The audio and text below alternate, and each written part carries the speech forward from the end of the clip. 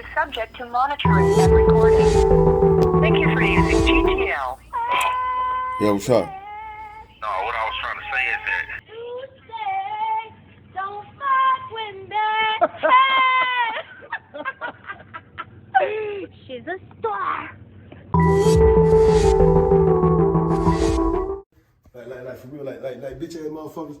My name was not in nan nigga paperwork for what I said or I'm willing to come testify. And if it was, when the bitch court did come, I guarantee you I wasn't there. Mm-hmm. And I guarantee you can't put a bitch in front of me to say that I was there. Right. I guarantee you every bitch that the feds touched on that shit got lesser time than me, and I was the last one to come home. And I came home because Obama let me out. The court system didn't let me out. Say that on camera again. The Obama let me out. The court system didn't let me out. Who Obama, let you out? Obama did. President Barack Obama. He let me out. Him and his good wife and his family. I know she had something to do with it. I know every woman has a decision to make, and a man's decision. You know what I'm saying? Be like, for real. Like, that's why I say, man, I wonder if motherfuckers' wives, how motherfucking wives can lay down in the bed with a monster knowing this motherfucker a monster. You think about it. Mm-hmm. Like, for instance, my ex-wife, crazy as hell, but certain things she wouldn't allow me to do. Mm-hmm.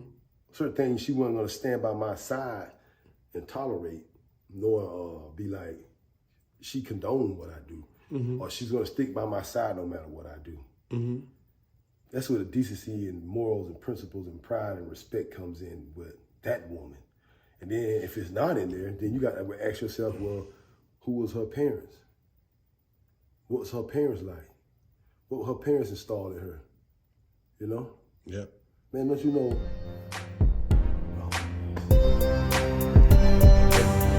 We're back. Promised you. Fine. Motherfucking in the house, y'all. I got something to say. What you got to say? I got something to say. You got something to say. We all got something to say. Let's see. Listen.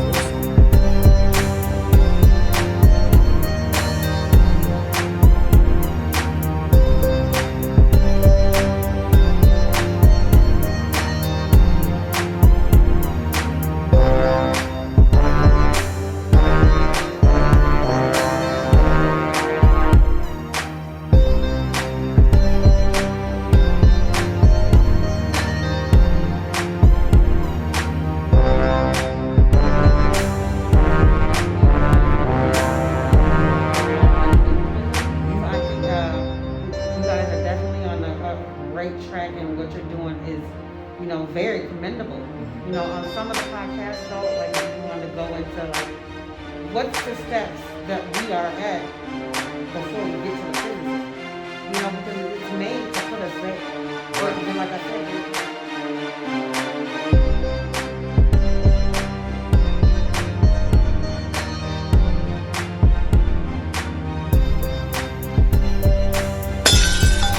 hold up, I got something to say.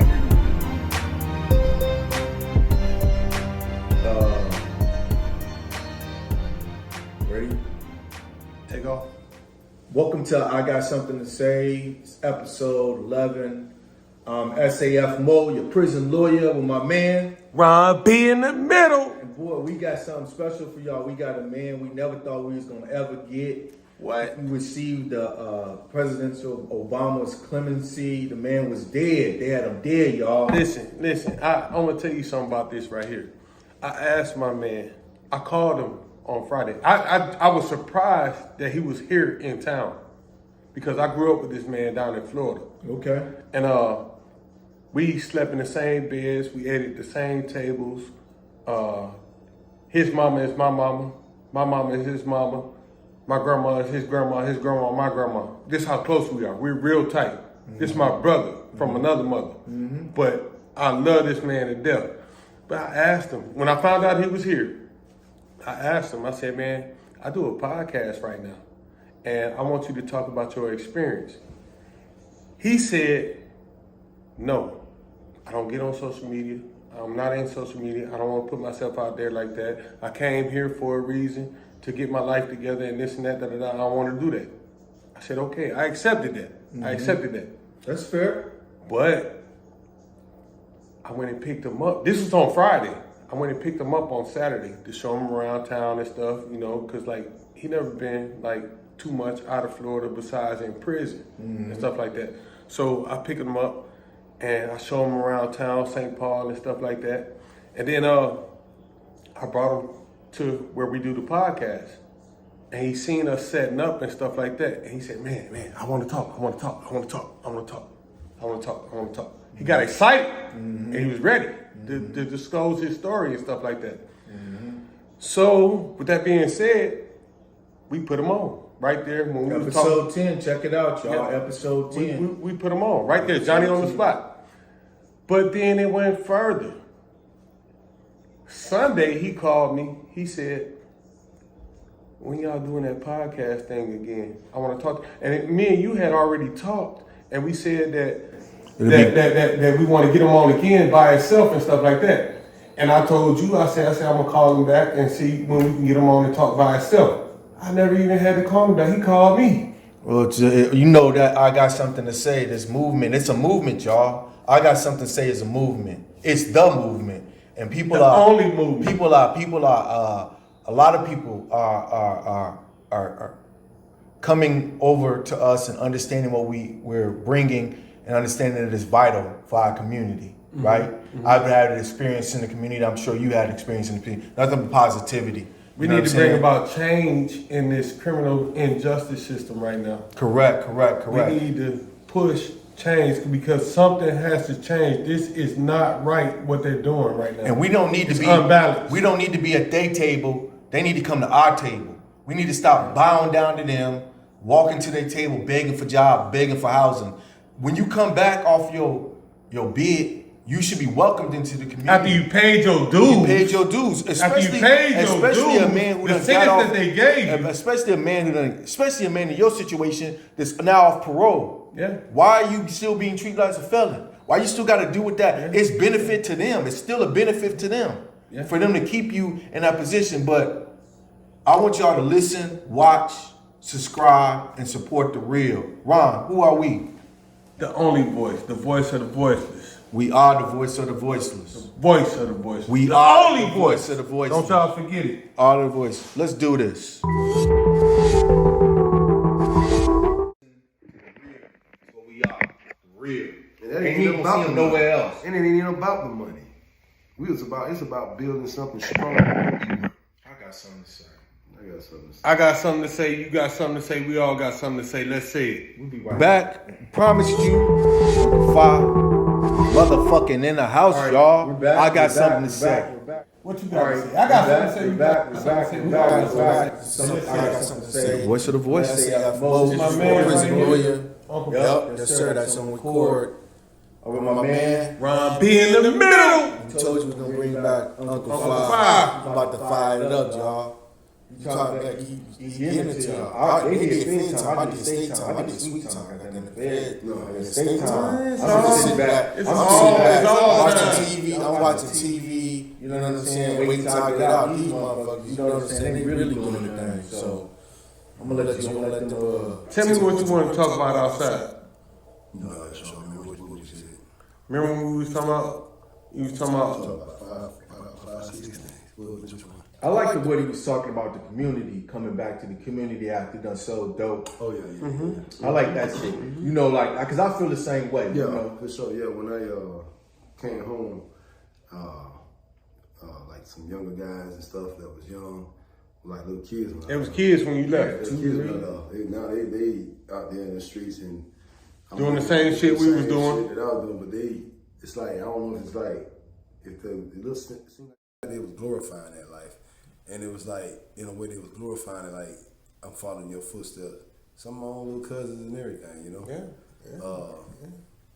And that's what we don't want to do here. We don't want to romanticize this shit. And want motherfuckers think it's sweet. Right. And the thing is, like, I said to myself, right then and there, I had an inclination. I said to myself, I thought, like, damn, what if I had done, like, positive things and let kids see me do positive? That's why I was saying we should join a gym membership. You know what I mean? Get a gym membership so we can display positive things in life to do, you know, and make it fun. And when it really all does is just help you, you know. Yeah. But I said to myself, you know, I wonder if they had saw me doing like things, and that's like seeds that I planted into the mind. They ain't see the tank that's up under this. Yeah, They ain't seen the tank that's up under They that. seen it.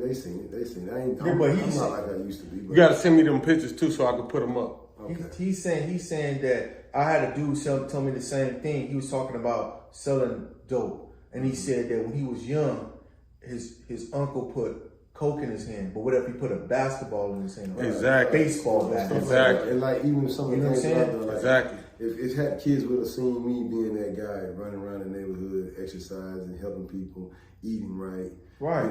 Positive. reading, Yeah. I mean, how many? I wonder if I would have grabbed the attention or the likes of some other, Yeah.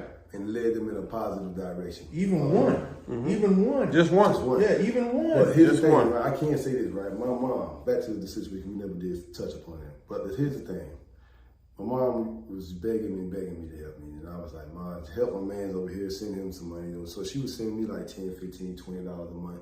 She was getting a little bit of Social Security check, a disability check or something. But I knew her money didn't go but so far. And I really didn't want to ask her for money. I felt bad. I want to tell you something too. I felt about bad. when I I feel- was dating your I sister. feel you on that. I felt bad. Here it is. My mama didn't approve of my lifestyle, for one. Then two, here it is now. How the fuck can I ask her for help me? You know what I'm saying? Right. My pride was just too much for me to ask. I My feel mama you. never helped me the way. And if she did, I didn't know it and she hid it from me because I never. And I feel you I on sent her money back before because I told her I don't want a dime of yours. If you want to send somebody some money, I gave her a friend. I'm not gonna put his name out there, but I gave her a friend's name and information number, and she started sending him $10, $15 every other week because he had brothers and sisters that's doing good and said fuck him. Right. You know what I'm saying? Speaking of that, Shit. hold on. My mom finally, and I'm kind of glad it happened because from that point on, she didn't do it anymore. She went to these people to try to help me behind my back. Come to find out, the people were some scammers. I knew something wasn't right, and if I was the type of guy that's lazy to sit back and let everybody do everything for me, the results from that situation that I was working on still didn't bring me anything prosperous or fruitful or anything that I would have wished to have came into fruition or anything. But it was a good experience that me and my mom needed to go through as far as like on a communication level where I could have her, hey, look, I'm your son. I made mistakes in life, and I may not make all the best choices in life, but you can trust and listen to what I have to say sometimes. How did you come about getting the finish, president? because you know my memory fucked up. You have me fucked up. I'm trying to stay on one topic at a time. All right, go ahead. People scam my mom out of some money. Because people need to hear about this. Yeah. Maybe this might help somebody else. That's Right. Because people, like my mother, the only thing they see is the mirage they paint. Yeah. I'm gonna bring your son back to you. All right, that's all she see and hear. She don't know a damn thing about law. Somebody say a few things about law terms and such and third, whatever. They say, all you need is X amount of dollars and we can make this happen. Think about this: a mother's love, a true mother that loves their kids. True mother's love. Through hell and back several times to show them, protect their loved one, their kids, their young. Right. Same thing with lions, birds. A fucking bird will risk her life against a damn lion to protect her kids, but will run from him for safety. You know what I'm saying? When she's trying to hunt for food. But here's the thing: the people was not responding or filing emotion that needed to be responded and filed on in a timely manner, and then here's the fucked up thing about it: the prison I was on lockdown. Why? Because a dude killed an officer because he wanted to go spend the rest of his life in prison where his brother was at because he didn't believe in American justice system that he could be forgiven and fight his case righteously and get the help he needs. So he gave up all hope and took somebody else's life in the process. You like know what I'm saying? sometimes. Like, cause the amount of pressure that he was facing with definitely. other inmates, being in jail is not nothing. I seen that tunnel. I said some tunnel. It's very wicked. Yeah, man. I seen mean, it. people. That's a whole other story. But here's the thing. Finally, I was able to get a counselor to come to our cells.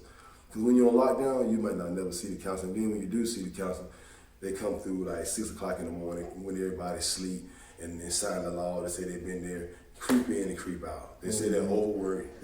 They got one counselor, case manager, handling 140 inmates paperwork caseload on this unit, and then upstairs at the same, they got the same case manager handling 2 units of people being overworked like a motherfucker, and then 9 times out of 10, she probably fucking the warden or somebody high up in the official. So therefore, she ain't got to put the effort and work into filing and helping your case and helping you get rehabilitated. Like for instance, there's programs that the federal government says that they have for inmates that when they're on their way home, that these are the things that they're supposed to have in order for them to go back home to be a prominent citizen in the United States of America. And the case manager is blocking that situation. Then if you file on it, they drag the process out to a year, and you ain't got but 6 months left in jail. So I mean, what the fuck? You talking about transitions. You talking about transition back into society like me. I did all that time, bro, and I'm still adjusting, man. I had a beautiful wife. How long you been out? Sorry, hold on, bro. I had a beautiful wife. I didn't understand the things that she was trying to show me because I was still stuck in the mind state and mentality of everybody's against me. You can't trust anybody no matter what and how good it is till you eventually they're gonna fuck you over. And that's the mentality that the prisons put into people when they send people to prison for life. Yeah. And then they put you in a prison where there's nothing, no hope. Hell, you got motherfucking officers just as wicked as the motherfucking inmates. I mean, you can't trust no fucking body. So now I come back with a fucked up mentality. I ain't even gonna get into all the pain and emotion and everything. But I'm jumping subject. But back to my mom. All right. So we finally I was able to get the phone call, and I made a phone call.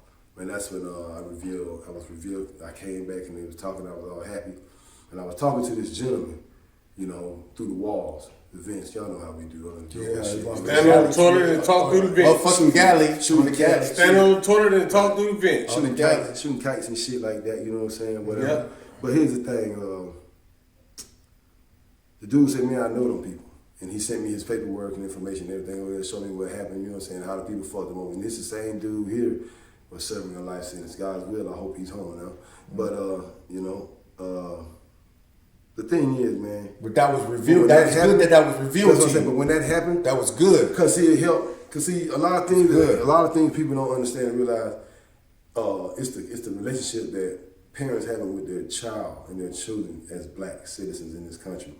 See, me and my mom never had real good communication skills, and honestly, I never trusted her because she raised me not to trust her. I trusted her. She put me in jail. So, I mean, she showed me I can't trust no one in this world. But I still loved her. She still loved me. You know what I mean?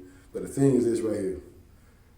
Me and my mother, the time that I was locked up, for once was able to establish a bond relationship. Y'all formed a bond. We formed a bond relationship because I was so gone in that world I was living in, and I didn't want to hear anything she had to say. But in all actuality, bro, man, what we need to do as black men and women, we need to start building that bond with our family and keeping it strong, man. Like for real, like.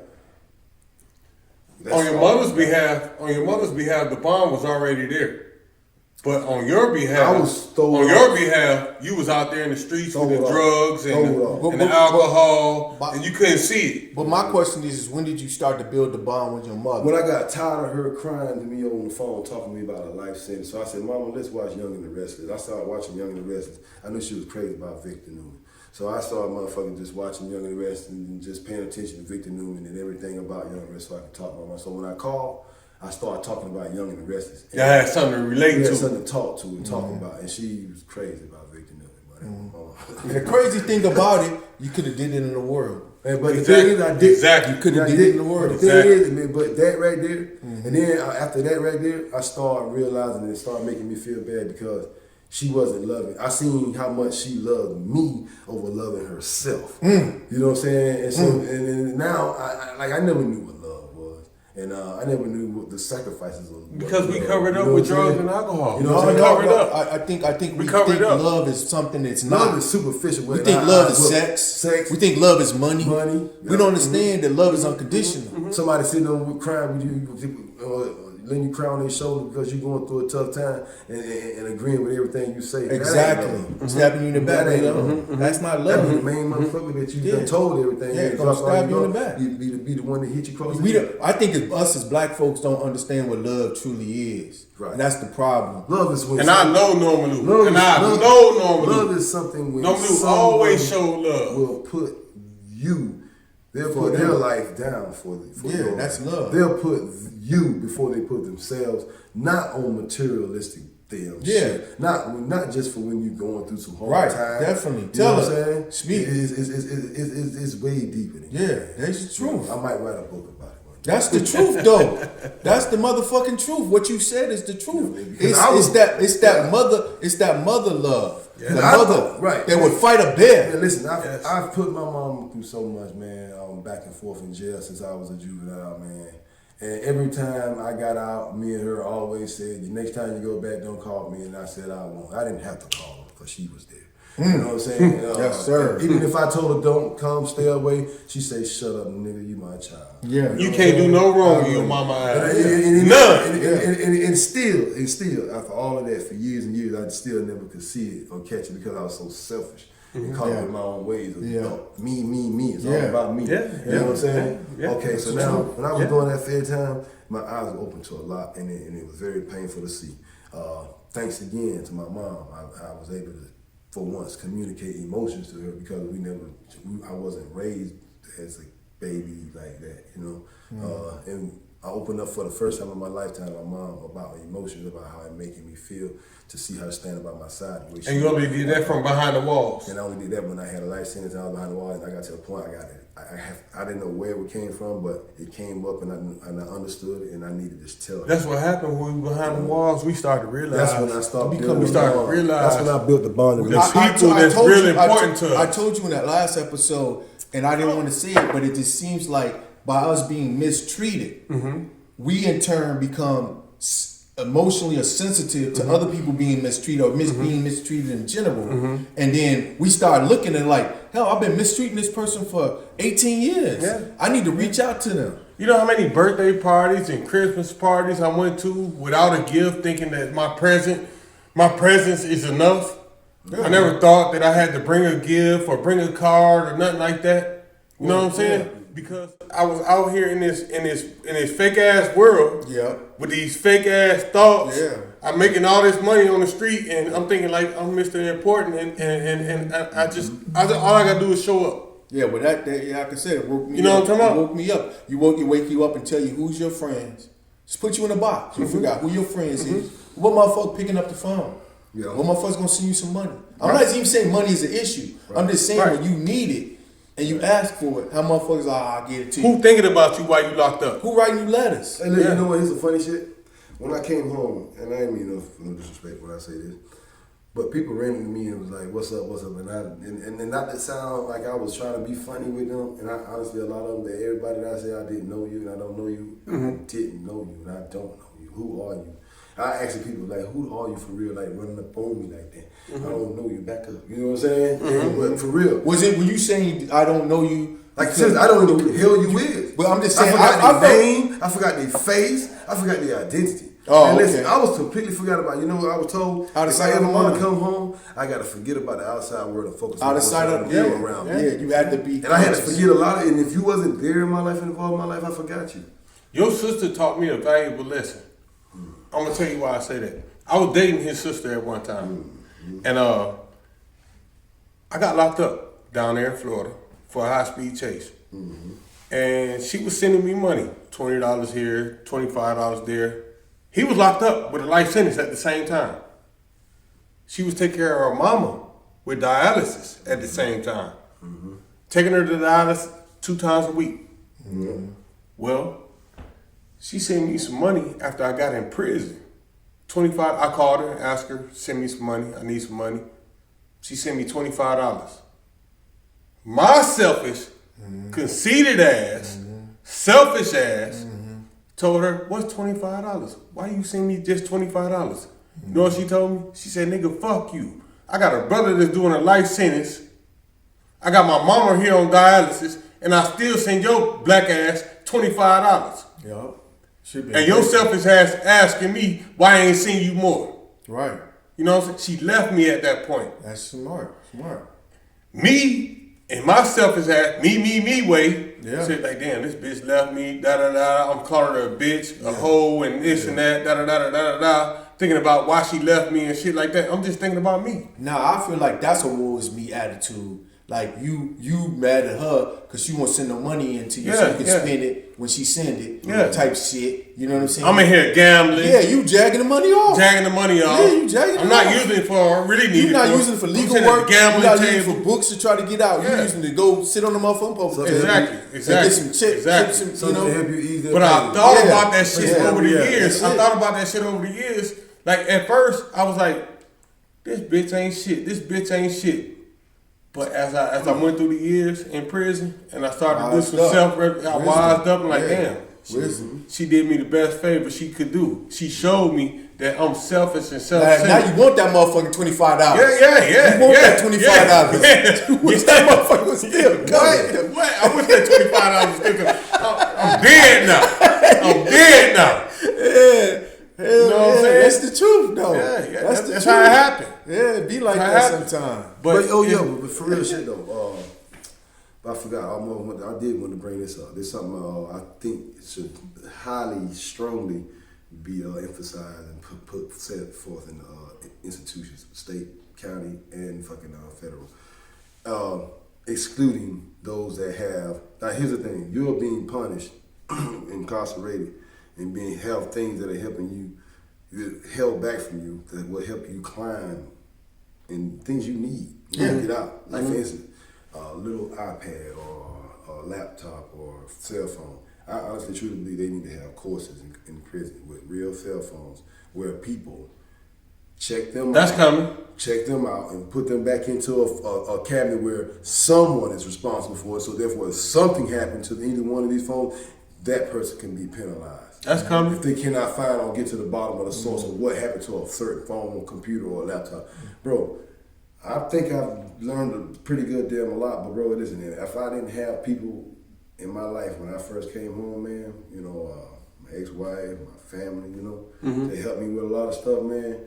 I don't know what I would. They'd be clueless. I don't know what. Listen, even at the halfway house I was at, the people at this certain person was not that person's job to help me, to do what she did to help me. But she told me, they sent me out to Goodwill to do the, get on the computer and everything. Bro, they sent me to Goodwill. I came back 4 hours late. I didn't know how to ride a bus. I didn't know how to talk to people. I straight panicked. I had all kind of anxiety. Motherfuckers talk about them panic attacks. I had all kind of anxiety. I was freaking out. I didn't know, damn, should I just run or should I go back?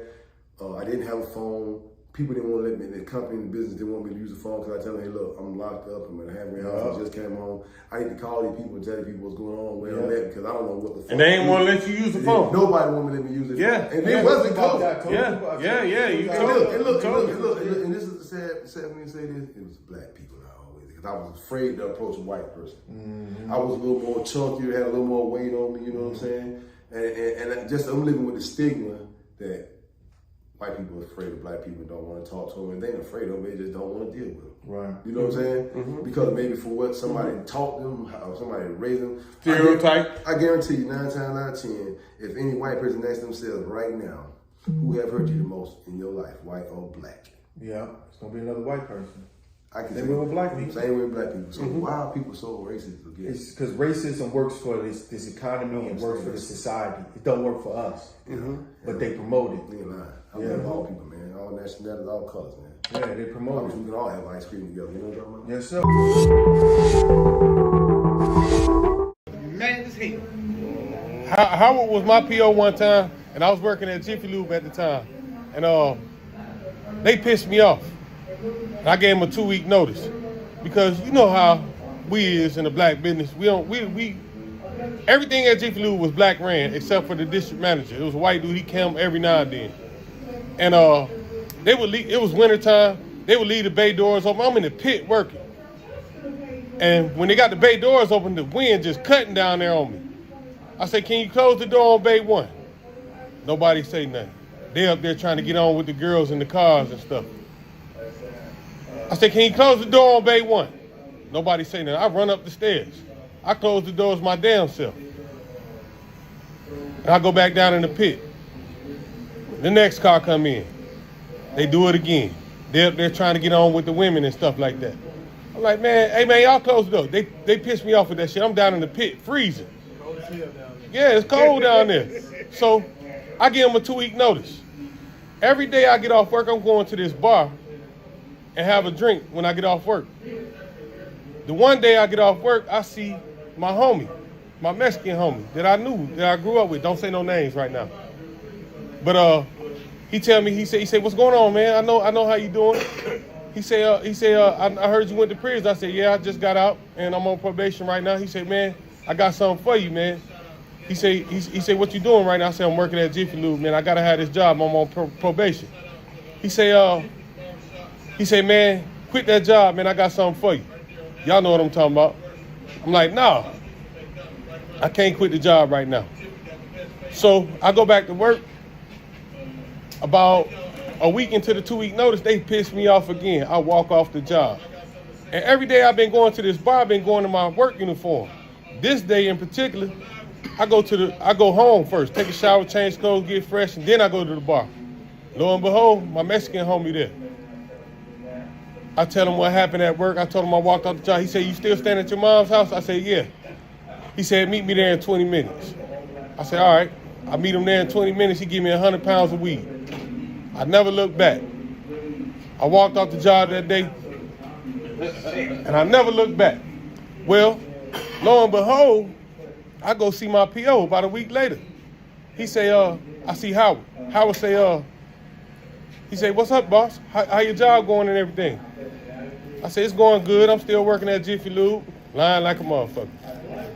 He say, all right. He said, can you take a piss test right now? I said, yeah. Howard tell the piss test people don't test none of his clients for THC. He said, I don't care about THC. Anything else, let me know about it. Yep, that's how he was, though. Yep. So I go take the piss test, I pass, I leave. I come back the next month to see him. He said, how's it going, boss? How your job going? I said, I'm still working at Jiffy Lube. Everything going good. He said, close the door, boss, and sit down over there. He said, you ain't been working at Jiffy Lube. You ain't been working at Jiffy Lube in over a month. He said, I go get my oil changed there. They told me when you walked off the job. He said, if you come in here next month without a job, I'm gonna send you back to prison. He said, if you ain't got no job or you ain't going to school, you got too much time on your hand and you're gonna get in trouble. He said, I don't want to see you get in trouble, boss. He said, you clean, you drive a nice car, you pay your fines and everything. But if you come in here next month without a job, I'm sending you back to prison. I walked out of there and went and got a job at the Metrodome. But Howard was a cool ass brother.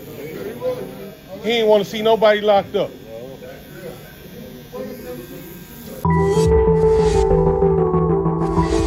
They preach that principle, coalitions coming together, rainbow coalition, right. All of us coming together. We've all been disadvantaged. We natives, blacks. Let's bring it back to the Rondo days. Yeah, we gotta come together, especially those who know. Fellas. No, those who don't know, no. But y'all better figure out.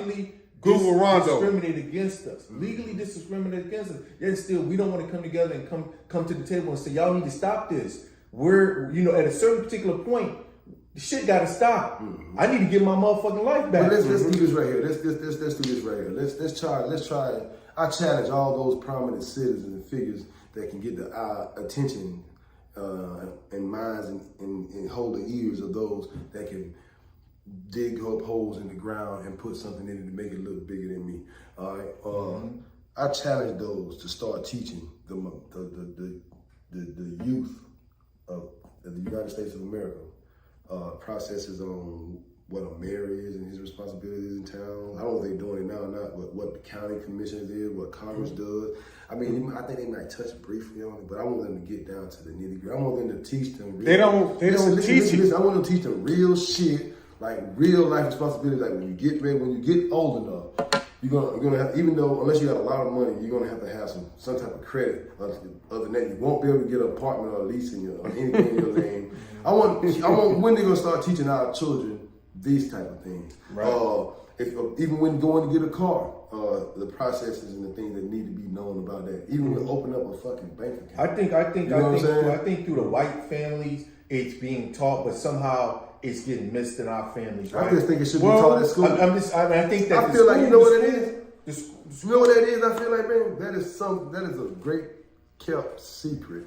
and that they don't want that to get out. Because technically, honestly, if a person can establish and build the what I'm trying to say, come on, man, talk to me. Well, the strength of your name, just the brand, your market, like you're a trustworthy guy. People will trust you to allow you to put apartments in your name, or a car in your name, or you can go get a fucking business loan. Well, it's a lack of leadership in the urban community because of black men being in the mass incarceration. But the thing about it too, a lot of like when I met my wife, her father was the patriarch of the family, and when it came to purchasing cars, he did all the negotiations. But the thing about it is he was a finance man. But the thing about it is that he had that knowledge. He's one of the people that showed me. Prior to that, I didn't have the knowledge, didn't understand how to purchase a car. Shout out to Mr. Crutcher, Master Command Chief. I didn't understand how to purchase a vehicle. I didn't understand about finance. But see how it came? It didn't come from schooling. It came from this guy who taught me, who did it, who performed it. You know what I'm saying? And that's how it's supposed to come. That's how it comes through white family. The father and the son. You know how many? You know I sold cars. Right. You know how many families I've seen? White families come in with his son, 16 years old. He said, "Son, sit down. Shout out to Morris. I'm gonna show you how to buy a car." He negotiated with me. You know what I'm saying? He could take his son to the finance office. They sit down there. But tell him how you took selling cars to a whole other level. Because you told me. I remember we used to work for Morris. Shout out to Morris. Now with that, how did you have a fighting chance at trial? If you went to trial, You don't. How did you? And that's what they talking about. Representation, because you stuck me with a public defender that only his caseload got 100 people. He just trying to get me in and out, give me the best deal possible. And I'll tell you, my son, when he was like 15, he went to Totem Town. So while he was in Totem Town, he went to court. And I was like, hey, now he had a fight at this smoke shop in Sunray. Now they showed him just a brief of in a video, just a brief. He ain't throw a punch, he ain't do nothing. He showed him. I said, dude, please not guilty. His lawyer was like, oh no. He said he gonna plead guilty. I was like, I'm his daddy. He pleads not guilty. She convinced him to plead guilty. He get 6 months of total time. His boy, who did the fight, plead not guilty. He got no time. I said, dude, this lady was just telling you. She just wanted you to be done with you. She wouldn't put up no effort. You know, and you got the ones that will go on there and fight for you. You know, let you know and let you read a little something and you know, and you got it's bittersweet because you got ones who care and those who don't. Right. You know, Right. Some trying to get you off the caseload, and some that's willing and see the circumstances and fight for you. Right. Put in that extra effort. Yeah. And then you got the slave wranglers trying to bring you into the slave factories. Yeah. You got it, you know, and then sometimes it ain't them, it's the boss. You know, we got to make our quarter. Yeah. You know, our numbers got to be right. You know, or you're going to be out of job. So now that's extra pressure. I was so mad at my son. I was like, dude. I look at the video, I'm like. I bet you know now. I bet you don't plead to nothing else. He was worried about getting out. I'm like, dude, you ain't getting out, you plead guilty. See, that's what these kids need. I like, somebody to go in their schools and tell them. You know, you making these wrong choices. You know, and then if you have to suffer these consequences, these people ain't gonna fight for you. I'm working on that right now. These people ain't gonna be there for you. I'm working on that right now, getting into the And school. then you ain't smart enough because you're making these poor decisions. So when you're in front of that judge, you ain't smart enough or equipped enough to know what the language they even speaking to you. Right. You don't understand the word they're saying. All you hearing is you steady whispering over to your lawyer.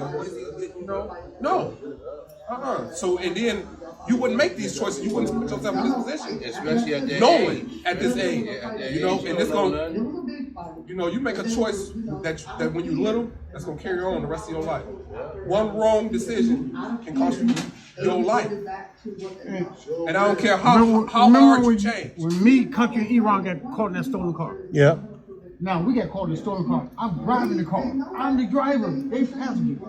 We go to court. They drop my charges, and I'm the driver. And these two, Because they've been in trouble before. You know, and that's crazy. and I was like, E-Ron was like, man, I'm just gonna plead guilty. Like for what? I'm like, I'm the driver, and they dropped the charges against me. Why don't you plead guilty? I went and talked to the prosecutor and told her, hey, they dropped charges against me, so why they charging him? She's like, what? I've been in the same position. She was like, you know, what? I'm like, yeah. They charge me. They gotta. You know, I never heard this before. They gotta charge aiding and abetting after the fact. Yeah. Confuse me. I got wrapped up in a little something. The man, I fought and went to trial because I knew I was innocent. Couldn't I say, hey, well, we got some new money? The other guy that was involved in the case, his case got dismissed, found out guilty. He actually went to trial, went through the motion, got found out guilty. Right before my trial was going to start, they came in the room, offered me a deal. They said, well, even though he got found out guilty, we're going to still prosecute you with aiding and abetting after the fact. I said, and based off your criminal record, I said, wait, hold on. Based off my criminal history has nothing to do with what y'all trying to accuse me for. I paid for that already. Yeah, I've done, that's behind me now. Right. We're solely talking about this matter here. Oh no, that's not how the law goes. You know, there's just stipulations and loopholes in the law. That's why Mo went to the Sentencing Commission the other day. They had a meeting at the Sentencing Commission the other day about the custody points and stuff like that. They're using your past to elevate your crime. Now, originally I was facing 120 months. They offered me a deal for 19 months just off my criminal history and my points. And I had to take this deal. It was either now I go in here with 19 months, the deal they offering me, or risk 12 white people. Not my peers. Right. See, and that's the thing. These ain't my peers. These ain't my peers. No. This is not nobody that look like me. This is not nobody my age. These is upstanding citizens that never had a struggle in their life. Never went through nothing in their life. I believe when they say peers, it should be people in this barbershop. No. I know. It ain't gonna be that. It ain't gonna be that. No, I know it's not. It's not gonna be one ex-con. I've been to 2 jury trials and I've not yet had, I had one black person on my jury. Guess what he was? The fucking alternate juror. Yeah, of course. He never made it in the game. He never even made it in the game. Off the bench. My thing So that's is, what my peers should be the people in this barbershop. I was faced He with should that. be judging me. You should be judging me. Somebody who knows what I'm going through. Got That people was they one of know. my life-changing moments that happened to me in my life. I say, listen, I'll never get wrapped up in nothing like this again. Right. Trouble easy to get in, hard as hell to get out of. Guilty by I'm proud to association. say that I will be a juror on the 9th of January, 2 days after my birthday. I'm going up in there and see what it's like. You know what? Hold on. We need people like you though. Wait a minute. You're gonna be the first one they stricken. Yeah, you gone. Yeah. I'm going in there though. Yeah, you gonna go in there and you gonna answer those questions and you gonna try your best.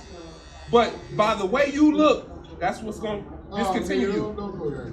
I'm telling what you Your mean? size, I go up in there your straight up, size, suit down, your size and your skin color gonna get you I know how barred. clean up. and I can talk to him. Wait a minute, I know how you clean up and I know your intellect. doesn't matter.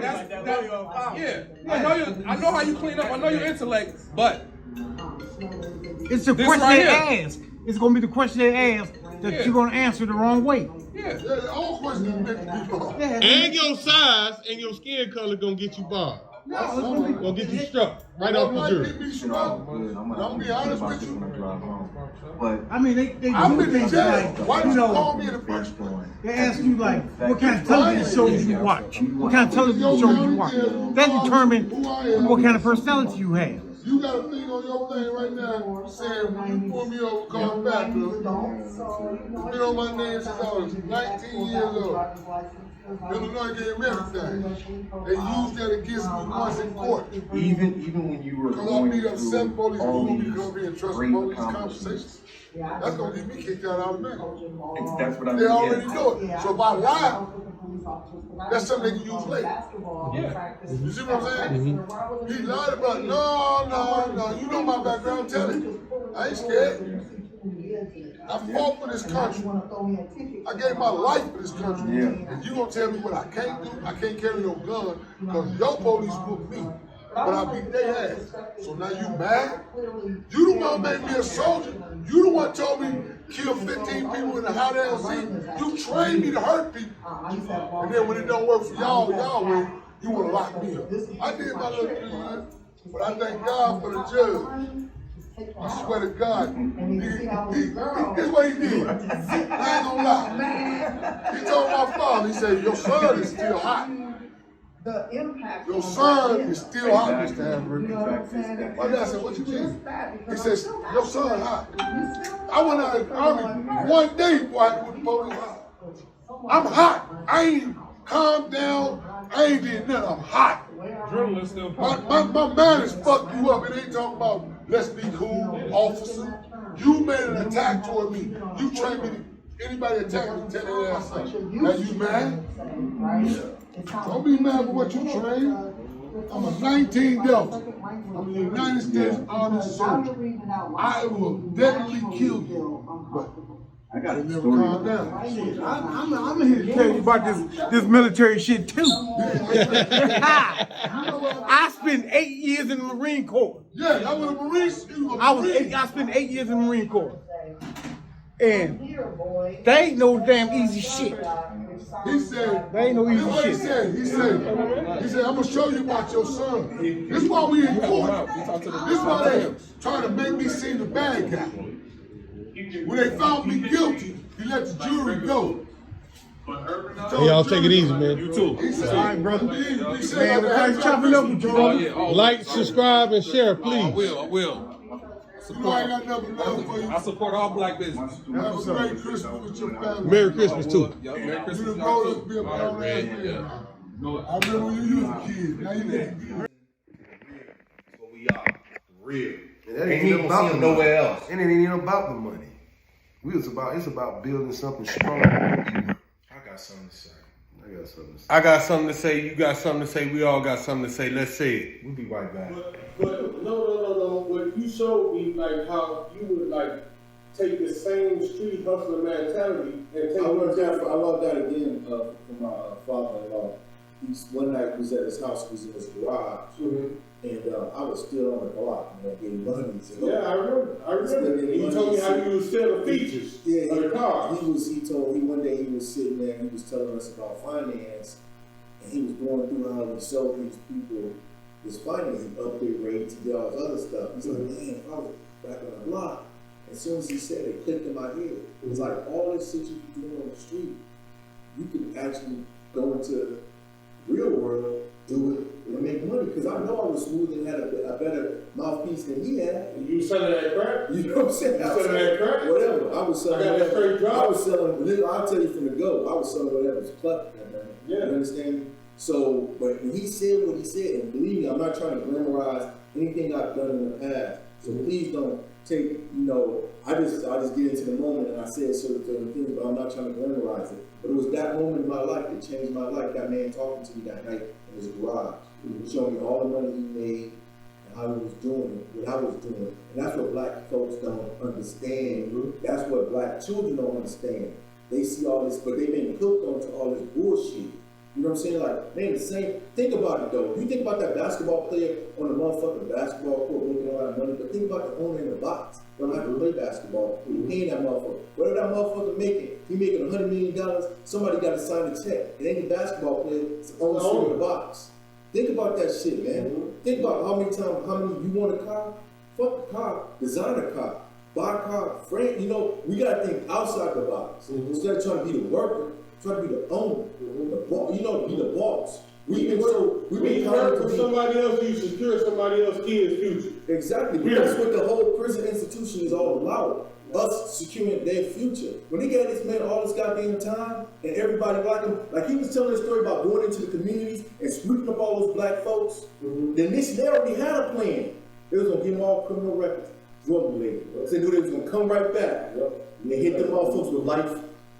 Prison, check that whole area. But it's good, from years of research that they, where all the areas of drug areas, they knew they was putting the drugs at. Fuck the research. goes back to what Chantel was talking about. They know from age of 3 years old. He's saying 3 years old when you hate it. Listen, man, they bringing the dope into our communities, and I'm not trying And to. It's an old conversation. It's an old conversation. And we know that. But now when they bringing the dope into our community, now they're selecting what dope they use. All like exotic shit, all this other shit they talking about. That shit's being funneled into our community, and they're allowing it to be sold.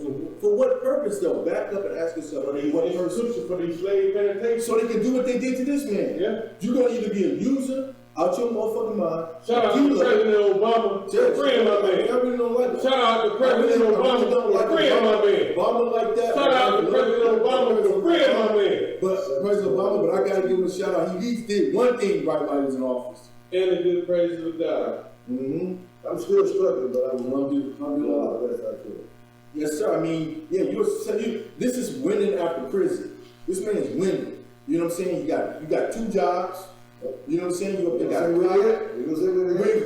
2 jobs. It don't matter. He out on business in another he out working. I need a drink of that.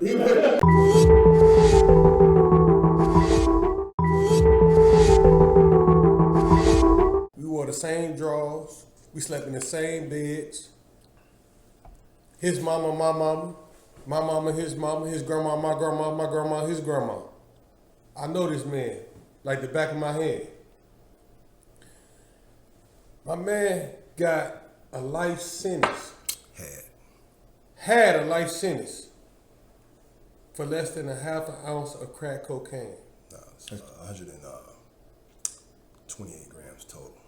Both cells combined. Oh, they combined it. So yeah, they combined it. There was 2 cell charges that they was trying to put together, that they did put together. But both of them totally combined came up to 128 grams of crack. That's probably less than like a little over 4.5 ounces of crack.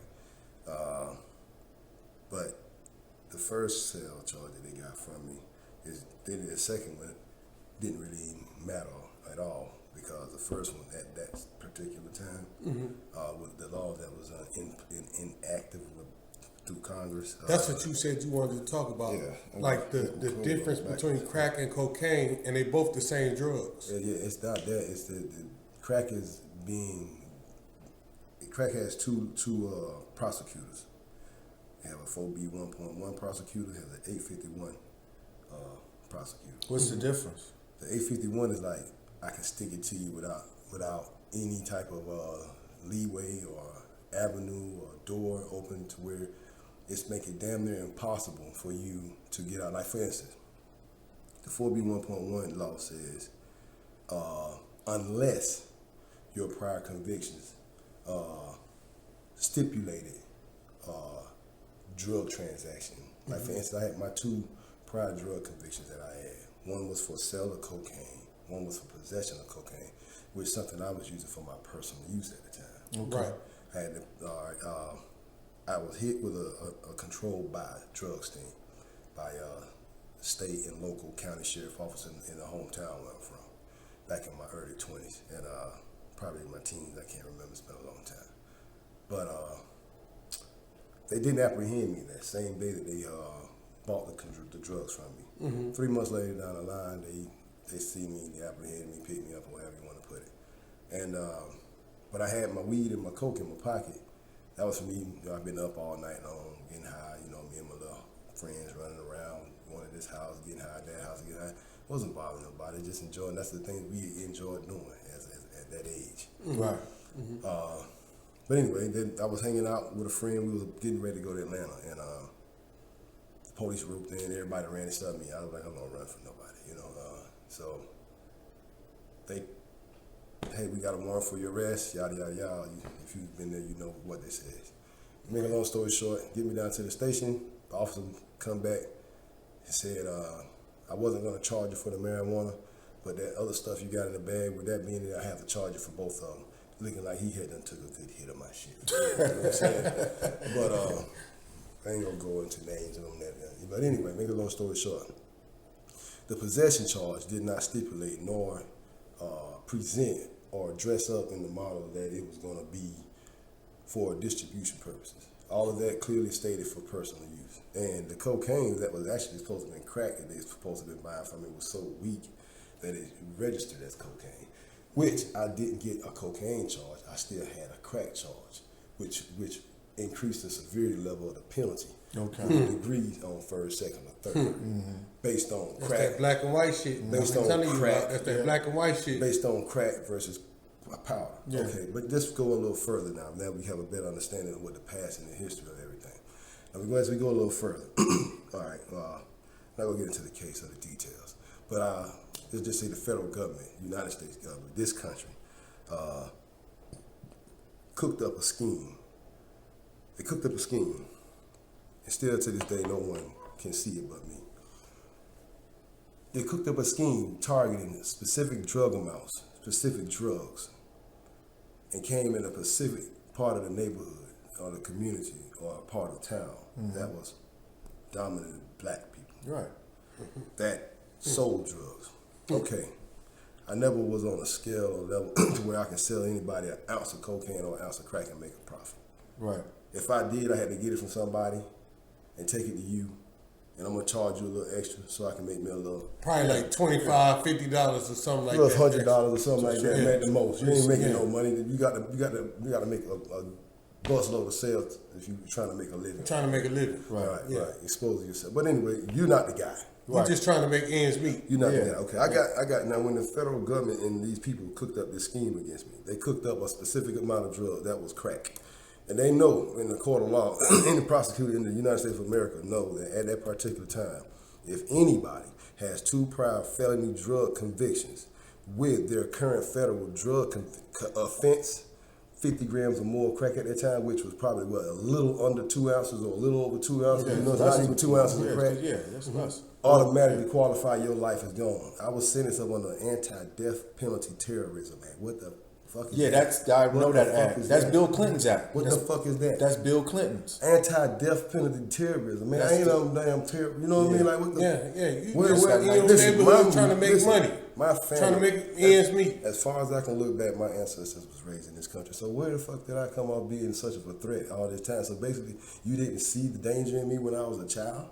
So now all of a sudden I'm an adult. I'm supposed to be this big threat just because I sold some drugs. Yeah, that was that. With no guns, no violence, or nothing was involved. Yeah, I don't have nothing like that on my record. You know what I'm saying? But the thing is this: the 851, which they hit me with, which was a stiffer penalty. The 4B1.1 says all prior drug charges that they're using to enhance you with a 4B1.1 up under the 841 statute. Okay. You have to, your 2 prior charges has to clearly show and demonstrate that they were both for manufacturing, distribution, and maybe several more things, but for personal use is nowhere in there. You can look it up yourself. So what you're getting at is that you should not have been charged on a more severe. I should have, if anything, if I feel like they would want to try to make it some type of rehabilitative sort of a form of action here with my prosecution, I don't think life sentence was. Yeah, it wasn't because he was a user. Something to teach. He was a user. Well, that's what he's getting at. He said initially when they called me, I wasn't doing nothing, but that was all personal shit. Yeah. So you bring me in. This is the second time they pop you. It's not the first. Okay, now the first time they got me, I only been busted for drugs twice. But here's the funny thing. They said that's why I'm going into this too. This is coming up. Okay, now we'll just jump a little forward. Now they say that in order for you to qualify for the 851, you have to have 2 prior felony drug convictions. Then the current. They have to be separate. They have to be separate convictions. Like they have to happen on a separate day. Right.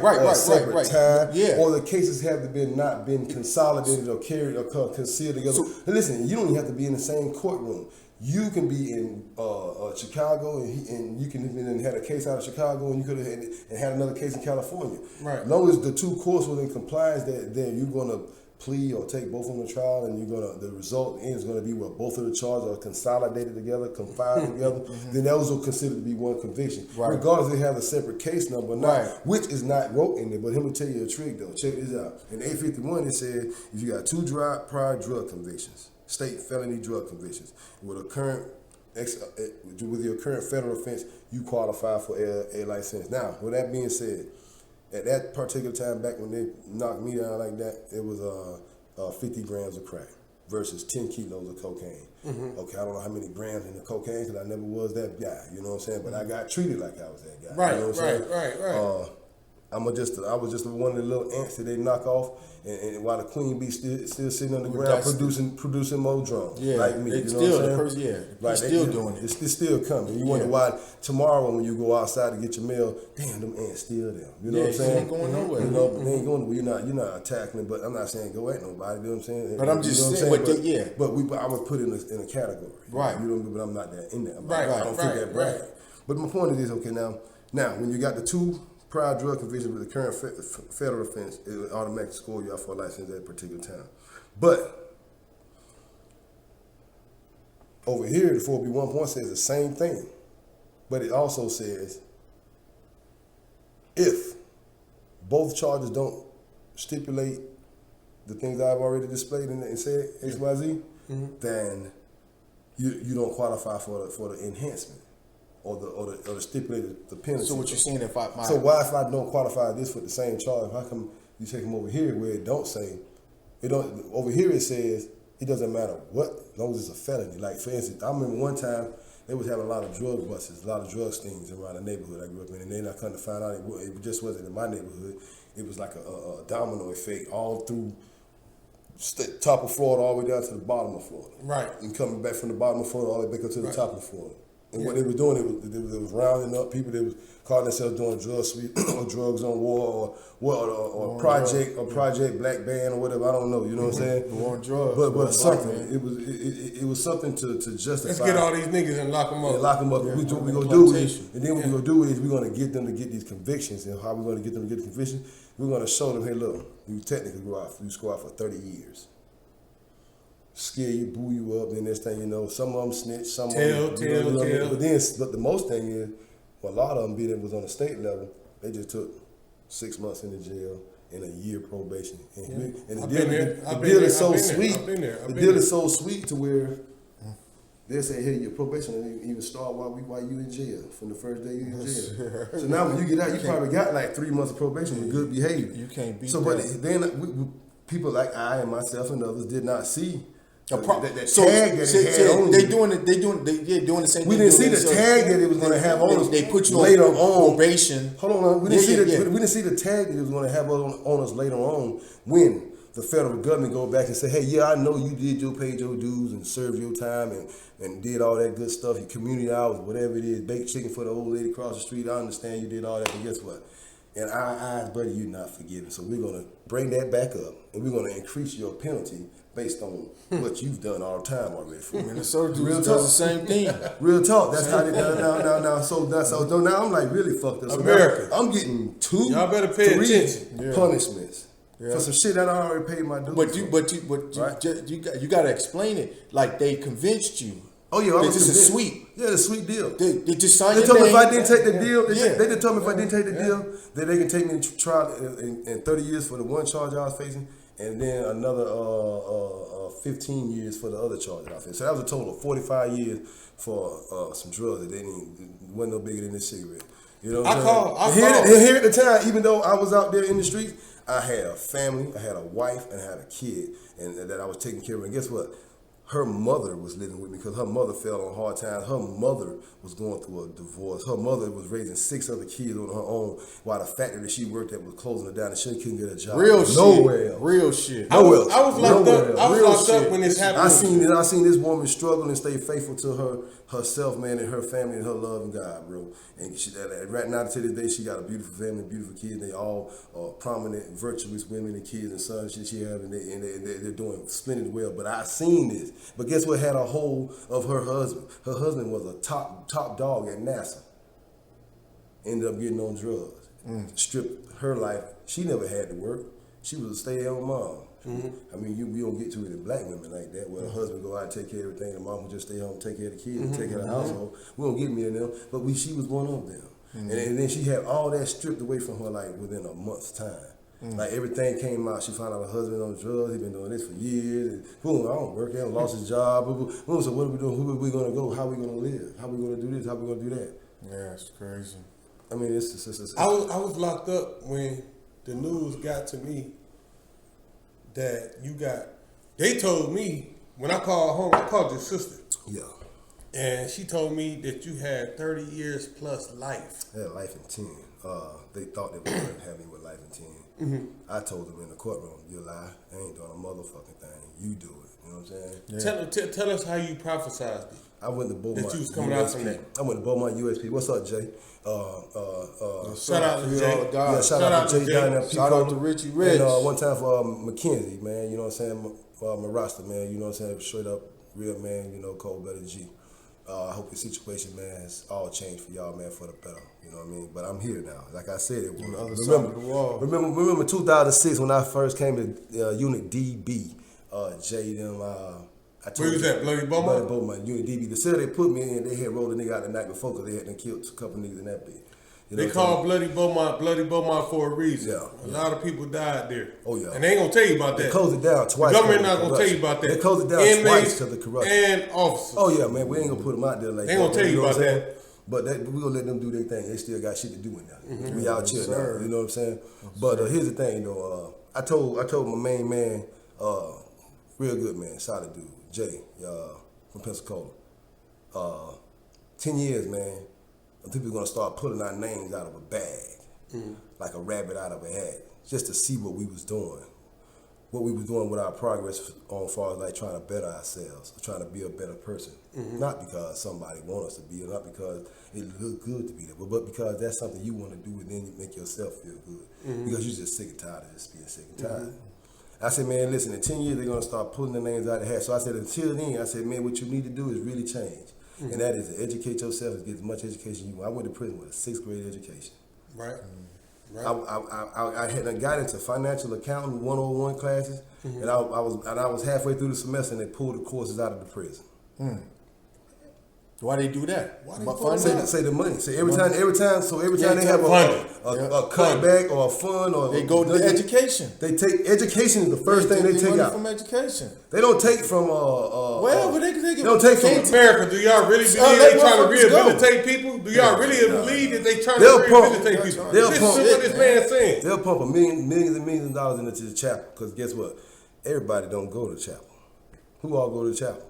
How many people go versus going to rec? If you look at how many people versus go to the chapel versus how many people go to the recreation department, you would think that the most money would be populated and pumped into places where they're and they TABE test people coming into prison. You know, so they know the numbers. They know They know that people test out at a 3rd grade level average coming into prison. Yeah, so why would the first thing you do is take out education when you lose funding? Right. Why you putting money into chapel versus education? I was taking my y'all better listen, America. Listen, I was taking my janitorial courses, right? I went in there pumped up, fired up, ready, man. You know, I still had a life sentence at the time, and everybody asked me, "Why are you in these classes? These are for classes people going home." I said, "Well, I do not fit the category." You know what I'm saying? like what the blood? You know what I mean? Come on now. So I mean, for years, people try to tell me, "Man, just give up, just lay down." You know, you ain't gonna make it. Just accept. Supreme Court when just take this dick. Supreme Court didn't want to hit me. Just take this dick. Bend over and take this dick. The Supreme Court didn't want to hit me on certiorari. But my point is this: it was all fucking what they call that shit when they conspire something in a case. Entrapment. All right, now these are the laws of entrapment. Entrapment says when a crime or a scheme is not originated in your mind, your thoughts, and your actions, that is considered to be an entrapment. If you or someone was involved in something, for instance, like me and you and I are all chilling somewhere at a bar. A guy walks in and says he got a sweet deal on a bank robbery. Right then and there, that was not cooked up in our mind. That dude there presented that offer. So therefore, if I'm sitting and you have to be preordained or predestined to be like in the position to go and commit a crime. Like for instance, the guy come in and said, "Hey, look, y'all look like y'all sitting here strapped and ready to go to commit rob a bank. Come on, I got a sweet plan." Meaning, okay, basically he can go walk in and he can see based upon his vision that something. No, like we might be sitting there with heavy artillery that he can see you strapped or bulletproof vest or a big ass sign in front of us saying, "Hey, look, we bank robbers, come fuck with us." You know what I'm saying? But the thing is this: the thought, don't know we sitting in a bar, we looking for a pussy. How the fuck we there to look for a bank robber? Right. So now a guy comes in and presents this sweet offer on us about on the bank robbery. We go through on the bank robbery. Right. Gonna find us the police, and then we are charged. But now we say, nah, we wasn't trapped. Yeah, trapped. Now hold on, what's the difference between me and you sitting on the corner chilling, but they think everybody on the corner chilling at this drug spot is just drug dealers. No, that's not okay. It might be because we like watching Keisha with that fat ass walk by. You know what I'm talking about? Yeah. You know what I'm saying? Or we know we gonna be able to catch a dice game or something real quick. You know what I'm saying? Like chilling. We just chilling. Man, because for real, Jeff don't really sell dope, but it's something about the lucky motherfucker. He can beat us all in dice. He a working man, but he can beat everybody dope on the dice. And he go home and take his money home to his wife and pay the bills. But now he entrapped into this drug conspiracy because he out here every day. But he come out here to make money every day shooting dice. Right, but he just looking down. It's a sweet little lick. I can do that real quick. I ain't got to do nothing but drive. You know what I'm saying? Just drive this car over there and just drive that car over and that's it or some shit like that. I ain't got to put a gun on nobody. No. Okay, cool. Yeah. But you know what I'm saying? But here's the thing when it comes with the drug sales. This is entrapment. Me and you, we sitting at the bar, the club or whatever, we chilling, right? Now, say for instance, we sitting there chilling. My main man come up, we know him. He present us an offer. He know that we all used to deal, but at the same time, we ain't in their life no more. No. But we still got that swag, you know what I'm saying? We still got that cut on us, you know what I'm talking about? But here's the thing, right? Now he come up and you know what I'm saying, kind of catches at the right moment when we doing bad, and you know what I'm saying? Our pocket looking like this a little bit, you know what I'm saying? Like what the hell, you know? But so like rabbit is. Like damn, what's going on? You know what I mean? That shit like ain't, you know what I mean? Like damn, you know, but anyway, so he presented, hey look man, I got a job for y'all. XYZ, you do this part, you do this, and you do that. Okay, we did not. You can make this. We did not cook that scheme up. Let's not lose focus. We talking about a trap. One, we did not cook that scheme up. Two, we was not predestined, predained or whatever. But the police gonna treat it like cooked it up. We was not sitting there with cooking supplies, baggies, or a big ass sign that said, "Hey, look, we drug dealers. We trying to sell some drugs. You got something for sale." Yeah. You know what I'm saying? Yeah. So now, therefore, how can you say that what I'm thinking now? That's basically what you're saying. You saying just because I'm sitting here, you know what I'm thinking. So now you're a motherfucking psychologist. You know what I'm saying? You're a fucking genius, a gypsy or something. You know what I'm saying? But check this out. Now, motherfucker come up to you and buy drugs from you. Hey, you know I'm desperate and starving, drugged the fuck out. You know what I'm saying? You know 9 times out of 10 motherfucker on the corner selling $50 of crack. It ain't his crack. He going to buy it from somebody else so he can make him a little talk. 9 times out of 10, you ain't. I guarantee you, 9 times out of 10, motherfucker ain't getting nothing they pay for. If they send anybody to buy any drugs, if they do get the drugs back, what they getting ain't what they pay for. No. And some of it have been taken.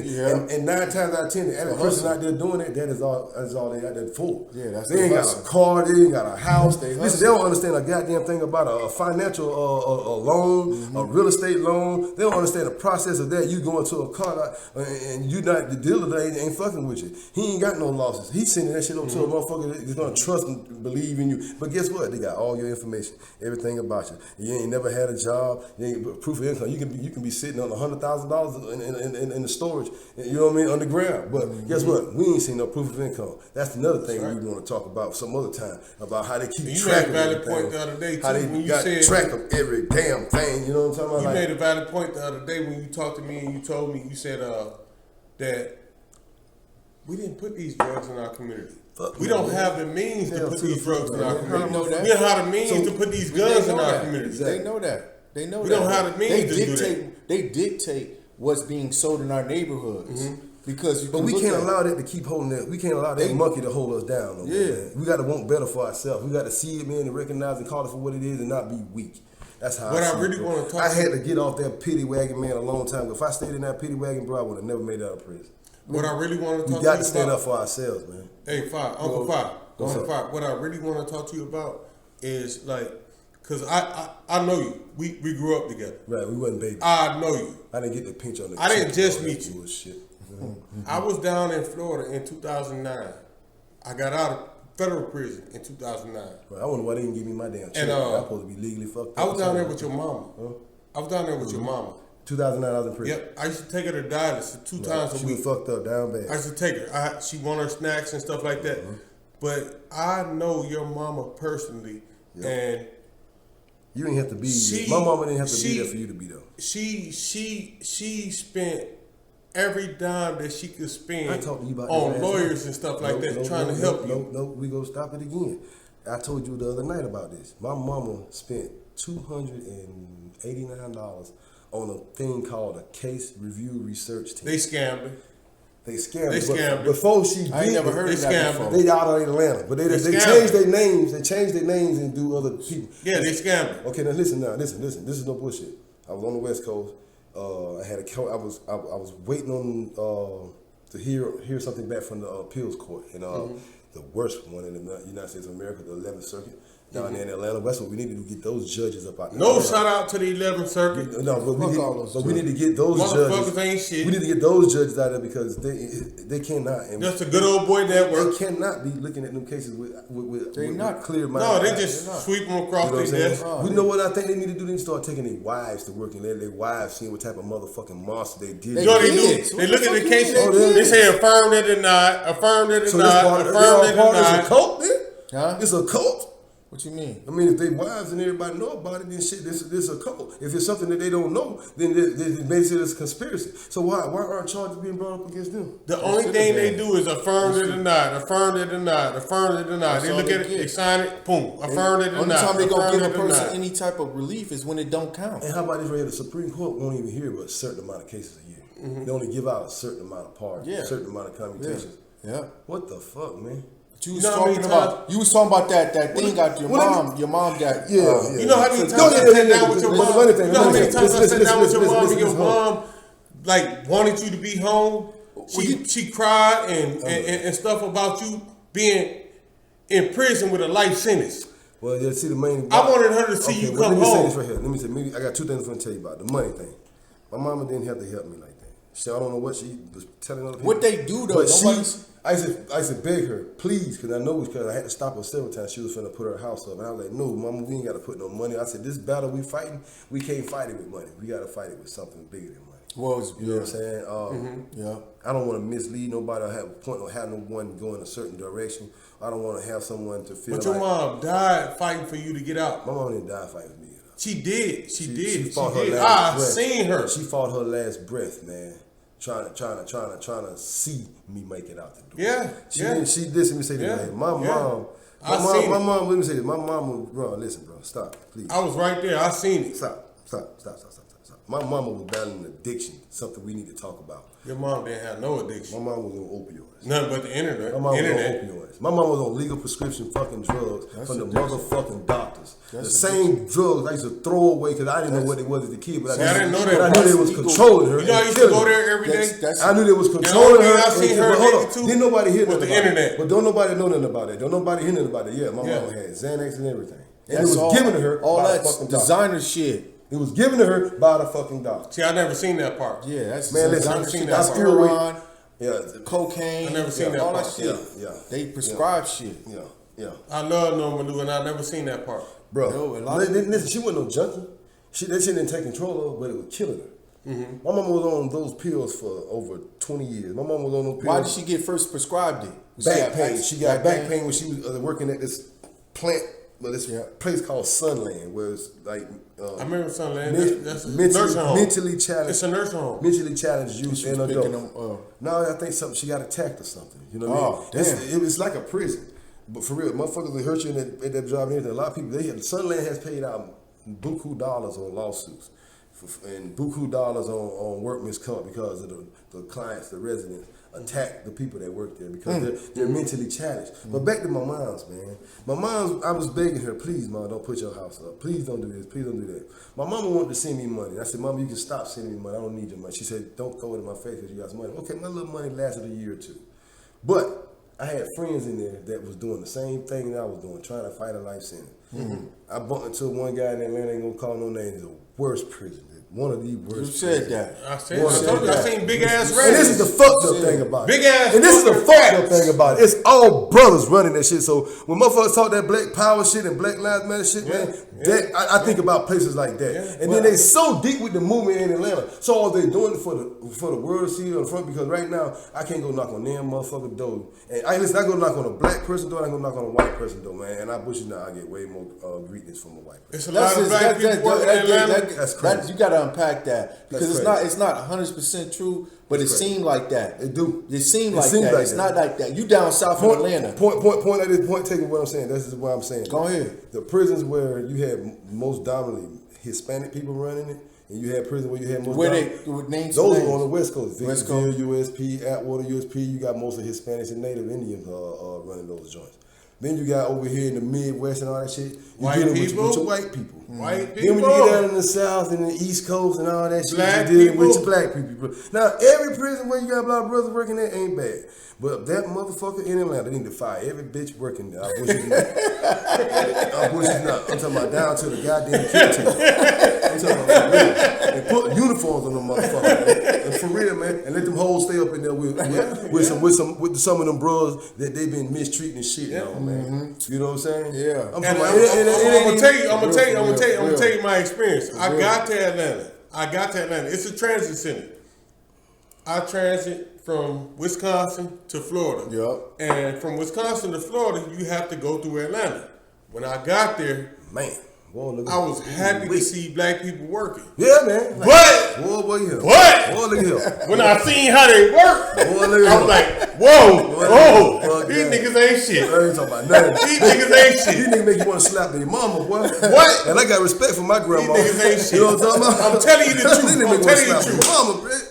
And you get that a lot because like we think we entitled. All the same. I want to just correct. I want to correct. We get that. I want to correct it. It's just like dealing with black police officers. Yeah, Dealing with black police officers. Yeah. These Negroes get into that system and they feel like they can treat you like shit. I did it. I dealt with it up here. You gonna get it. They get a little bit of power. They get a little bit of power. What did Barbara tell us? The one black female they had working there was the one that said. She tried to cross her. Tried to get her locked up.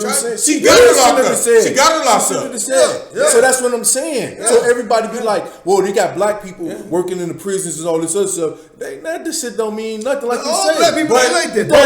But here's where Ron B in the middle come in at. I'm gonna tell you something though. Ron B in the middle. Like we when we get in positions of like institutions and stuff like this, institutions and stuff like that, we have to uphold a certain image because the white people think that we treating the black people too good. But hold on, and the black people think that we treating them too bad. So we gotta find some place in the middle. It don't matter because that's why that police officer was talking to me, asking me why I don't become a police officer, why I don't become a teacher. The reason I don't because I have to be like that Negro. But I have to be like that Negro.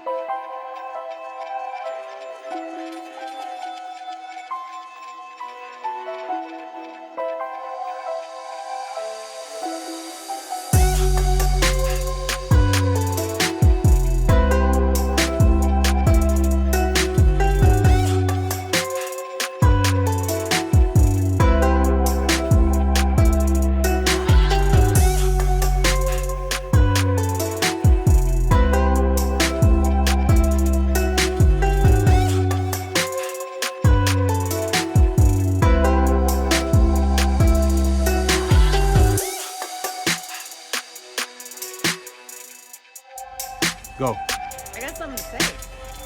I got something to say. You ain't shit. I got something to say. I got something to say. I got something to say. I got something to say. I got something to say.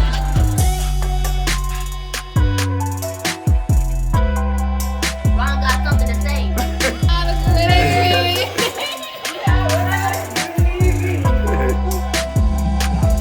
I got something to say. 3. I got something to say. I got something to say. I got something to say. I got something to say. I got something to say. No, I got something to say. You want to hear me though? I got something to say. About what? On I got something to say? I got something to say. You got something to say on I got something to say? I got something to say, man. All right. I got something to say. That's right.